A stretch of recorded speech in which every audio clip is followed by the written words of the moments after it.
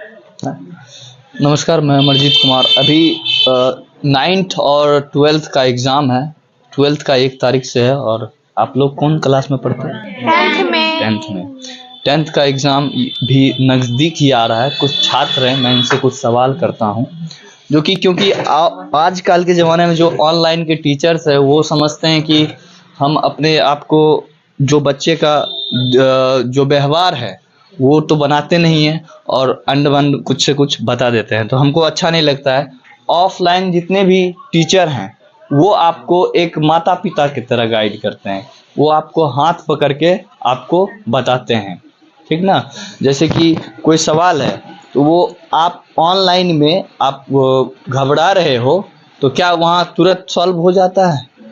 अगर कुछ हो जाता है तो फिर उसको उसका जो डाउनलोडेड रहता है वो हम सब्जेक्ट देखते हैं।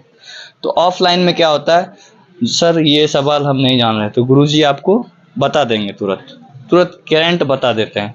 तो ये चीज़ है ऑफलाइन और ऑनलाइन में। तो मैं जितने भी छात्र हैं और ख़ास करके जो कमज़ोर विद्यार्थी होते हैं यहाँ पे भी उपलब्ध होंगे, और मैं उनसे निवेदन करता हूँ, आपके गुरुजी हैं यहाँ पे, आप उनसे पूछें, आप घबराइए नहीं, किसी से भी नहीं घबराना है, डरना नहीं है एकदम भी।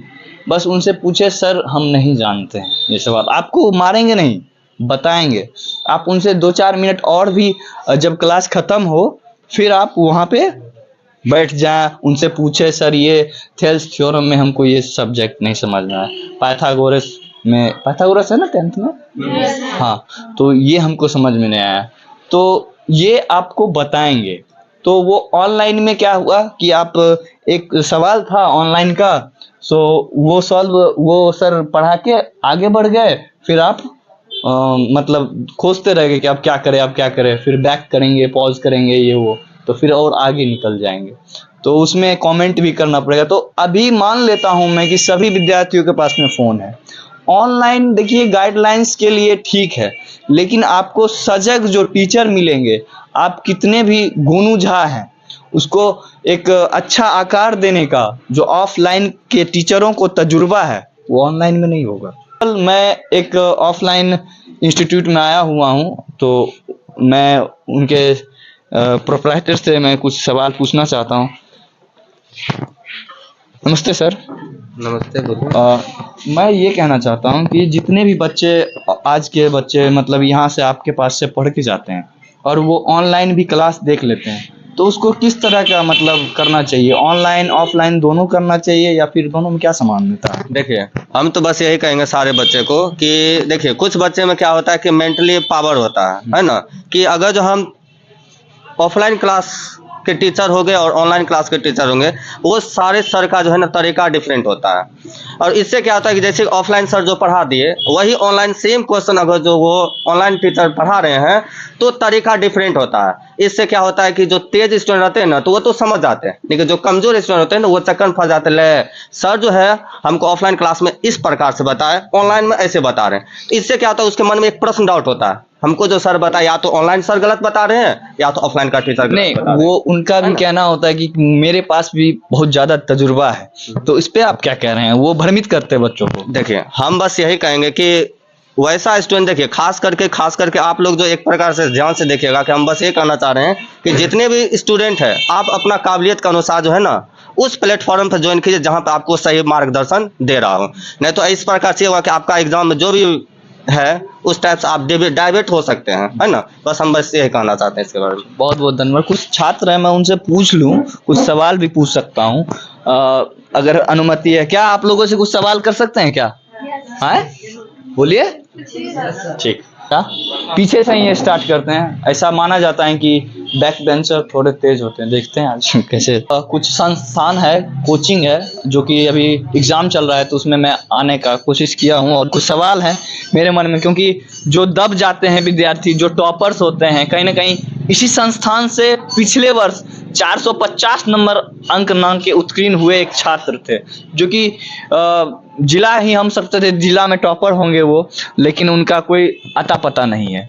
आज मैं उन छात्रों से भी रिक्वेस्ट करना चाहूँगा जो कि अपने आप को कहीं छिपा लिए हैं, इस संस्थान में आने का कृपया मैं करता हूँ, एक बार विनती करता हूँ कि आए। ऑनलाइन कर रहे हैं अच्छी बात है, लेकिन ऑफलाइन का जो तजुर्बा है वो कोई नहीं दे पाएगा आपको। ऑफलाइन में जो गाइडलाइंस है वो नहीं मिल पाएगा ऑनलाइन में। तो चलिए, मैं कुछ छात्र, क्या नाम आपका? प्रशांत कुमार। प्रशांत जी, एक छोटा सा सवाल मैं बना के लाया हूँ। तो एक बात बताइए, जो वाटर का केमिकल सूत्र फॉर्म होता है क्या है? H2O। अच्छा ठीक है, प्लास्टर ऑफ पेरिस का सूत्र बताइए। CaSO4 into half H2O। अच्छा, एक और सवाल था, सिंधु घाटी तो 12th में। ये बताइए, जो टाटा स्टील फैक्ट्री है उनका जो स्थापना हुआ कब हुआ था? 1907 ईस्वी। और वो कहाँ पे है? जमशेदपुर। बहुत बहुत धन्यवाद। और कुछ और सवाल है हमारा, कुछ और सवाल है, जैसे कि पाई का माप बताइएगा। 22/7 या 3.1 का। चलिए, बहुत बहुत धन्यवाद। तो ये होता है, आप किसी भी कोचिंग संस्थान में जाएंगे तो इस प्रकार के छात्र आपको मिलेंगे, और अवश्य मिलेंगे, जो कि जुझारू होते हैं, लगनशील होते हैं, कर्मठ होते हैं। तो कुछ और छात्र हैं, मैं उनसे कोशिश करता हूं कि पूछूं। मैं फिर बार बार कहता हूं, जितने भी मेधावी छात्र हैं वो कोचिंग इंस्टीट्यूट से ही निकलते हैं, ना कि ऑनलाइन से। मैं उनकी उपासना नहीं कर रहा हूं, बट फिर भी जो गाइडलाइंस आपको कोचिंग संस्थान देती है वो और कोई नहीं देती है। आप जिस प्रकार से आपको हाथ पकड़ के सिखाया जाता है तभी आप सीखते हैं। तो फिर से बार बार दोहराने की कोशिश कर रहा हूँ, जो संस्थाएं होती हैं, इंस्टीट्यूट होती हैं, जो ऑफलाइन संस्थाएं होती हैं, उनमें मेधावी छात्र छिपे होते हैं। मैं विनती करता हूं, जितने भी बच्चे मेरे वीडियो देख रहे होंगे, देखिए, मैं आपको कुछ सवाल मैंने नोट करके लाया हूं। केमिस्ट्री का सवाल है वो, कि कुछ पदार्थ का पीएच खून ब्लड 4.5। अच्छा, वाटर का? और 7 जी 7 ठीक है। अच्छा, प्लास्टर ऑफ पेरिस का सूत्र बताइए। अच्छा, कोई ना, बहुत बहुत धन्यवाद। मैं खुश हूँ कि इतना मैंने 2-3 क्वेश्चन पूछा, उसमें से एक आध भी नहीं भी आते हैं तो कोई ना, वो रिवाइज हो जाता है। कई बार होते हैं कि कैमरा देखने के बाद वो घबरा जाता है विद्यार्थी।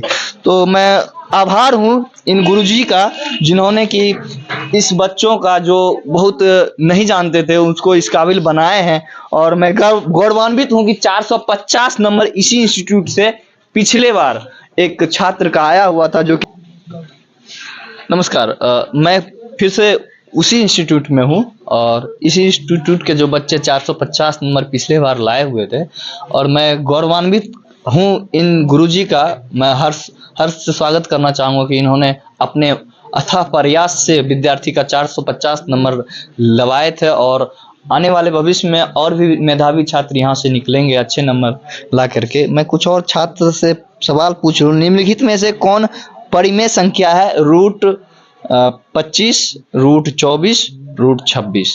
रूट 25। बहुत बढ़िया, गुड। मैंने सोचा नहीं था कि इस प्रकार से 22/7 कौन सा संख्या है? परिमेय संख्या। थैंक यू, बहुत बहुत धन्यवाद आपका।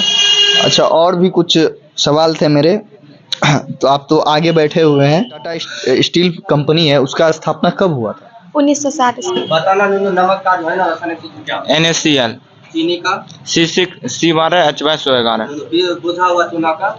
CaOH salt. नीला सोडिया का रासायनिक सूत्र? CuSO4 into 5H2O। खाने वाला सोडा का? Na2CO3 10H2O। बताना है एसिटिक अम्ल का सूत्र क्या होता है? CH3COOH। बताना किस दर्पण का उपयोग जो है ना, पार्श्वीय दर्पण के रूप में किया जाता है? उत्तल दर्पण का। बताना देश के बांधों को किसने भारत का मंदिर कहा था? पंडित जवाहरलाल नेहरू। भारत में लंबे है ना, भारत में सबसे बड़ा मानव निर्मित जलाशय है? गोविंद वल्लभ पंत सागर जलाशय। सोपानी कृषि प्रचलित है? उत्तराखंड में। नलिन विलोचन शर्मा का जन्म कब हुआ? 1916 ईस्वी। बताना मीथेन गैस का सूत्र क्या होता है? CH4। ओजोन का? O3। नमक का? NaCl। ग्लूकोज का? C6H12।